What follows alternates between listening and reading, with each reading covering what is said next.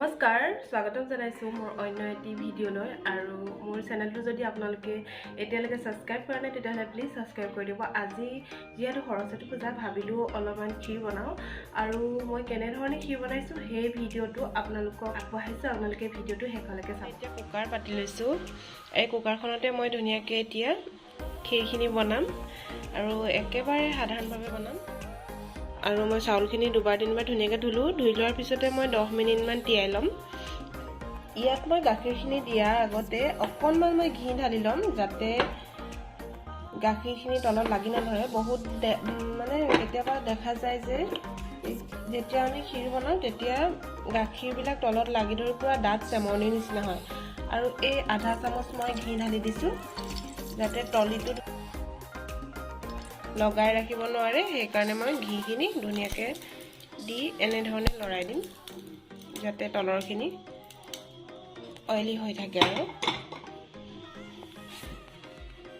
এতিয়া মই ধুনীয়াকৈ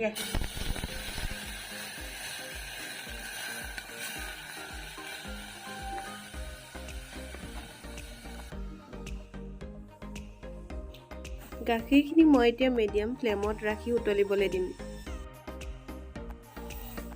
মাজে মাজে এনেধৰণে লৰাই থাকিম। এতিয়া মই ধুনীয়াকৈ চাউলখিনি পানীৰ পৰা উঠাই ল'ম আৰু উঠাই লৈ গাখীৰত দি দিম। তাৰপিছতে এতিয়া মই গোটেইখিনি ধুনীয়াকৈ লৰাই ল'ম।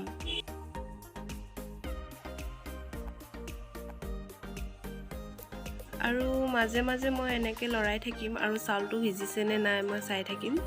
তাৰপিছতে আৰু এনেধৰণে মই 5 মিনিটমান ৰাখোঁতে প্ৰায় চাউলটো সিজিয়ে গৈছিল, কাৰণ কম গাখীৰত বনাইছোঁ আৰু কম চাউল লৈছোঁতো, সেইটো কাৰণে মানে সোনকালে সিজি গৈছে।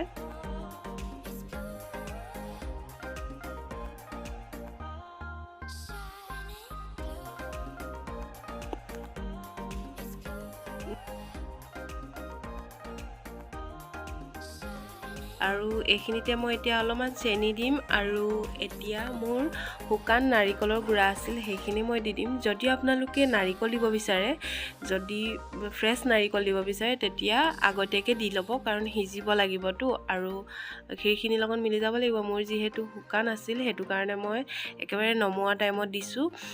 ইয়াৰ অকণমান দিছোঁ 2 চামুচমান আৰু চেনি দিম 2 চামুচমান। ধুনীয়াকৈ এইখিনি মিহলি হৈ ল'বলৈ দিম আৰু মিহলি হ'ল মানে আৰু মোৰ ক্ষীৰ ৰেডি হৈ গ'ল। 1 মিনিটমান মই গোটেইখিনি বস্তু এনেধৰণে মিহলি কৰি দিম।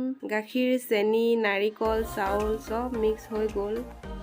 আৰু ভিডিঅ'টো শেষলৈকে চোৱাৰ বাবে আপোনালোক সকলোকে ধন্যবাদ জনালোঁ। মোৰ চেনেলটো যদি আপোনালোকে এতিয়ালৈকে ছাবস্ক্ৰাইব কৰা নাই তেতিয়াহ'লে প্লিজ ছাবস্ক্ৰাইব কৰি দিব আৰু বেল আইকনটো বজাই দিব যাতে মোৰ ভিডিঅ'বিলাক আপোনালোকে পাই থাকে। আপোনালোকে বাৰু ক্ষীৰ কেনেধৰণে বনায় জনাবচোন। আৰু মই এনেধৰণে চিম্পলকৈ বনালোঁ। ভিডিঅ'টো চাই কেনেকুৱা পালে শেষত জনাবলৈ নাপাহৰিব। আৰু ভিডিঅ'টো শেষলৈকে চোৱাৰ বাবে আকৌ এবাৰ ধন্যবাদ জনালোঁ।